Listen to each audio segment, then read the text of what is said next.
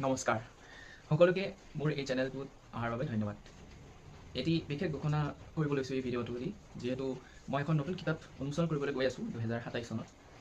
সময় এপ্ৰিলৰ পৰা যদি ধৰোঁ 8-9 মাহ, মানে জানুৱাৰী ফেব্ৰুৱাৰী 2027ত মই ৰিলিজ দিম মোৰ কিতাপখন পাব্লিছ কৰিম।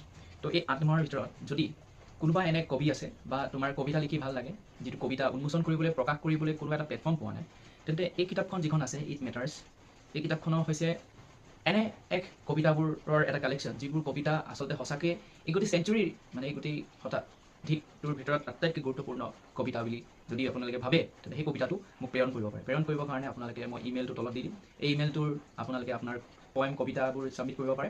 সেই কবিতাবোৰ মই যদি ভাল দেখোঁ বা মোৰ যদি পচন্দ হয়, তেন্তে আপোনাৰ সেই কবিতাটো আপোনাৰ নাম জৰিয়তে এই কিতাপখনত উন্মোচন হ'বলৈ সুবিধা পাব। গতিকে এই কিতাপখন হৈছে ইট মেটাৰ্ছ, যিখন মই 2027ত পাব্লিছ কৰিবলৈ গৈ আছোঁ। যদি আপোনাৰ কিবা কবিতা কালেকশ্যনবোৰ আছে, তেন্তে মই বিচাৰিছোঁ যাতে আপোনালোকে মোক প্ৰেৰণ কৰে, আৰু আমাৰ এডিটৰ আছে, এডিটৰে চেক কৰি পেলাই যদি চিলেক্ট হয় আপোনাৰ কবিতাটো, তেন্তে আপোনাৰ কবিতাটো পাব্লিছ হ'বলৈ সুযোগ পাব।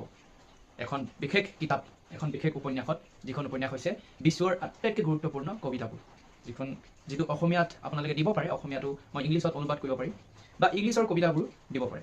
গতিকে এই দুই ধৰণৰ কবিতা, অসমীয়া আৰু ইংলিছ বা হিন্দীয়ে হওক, সকলো কবিতাবোৰ মই এই কিতাপখনত উন্মোচন কৰিম। গতিকে আপোনাৰ যদি কবিতা আছে, তেন্তে প্ৰেৰণ কৰিব পাৰে। প্ৰেৰণ কৰিবৰ কাৰণে আপোনাক তলত ইমেইলটো দিয়া হ'ব। ইমেইলত যোগেদি আপুনি শ্বেয়াৰ কৰিব পাৰে। ধন্যবাদ।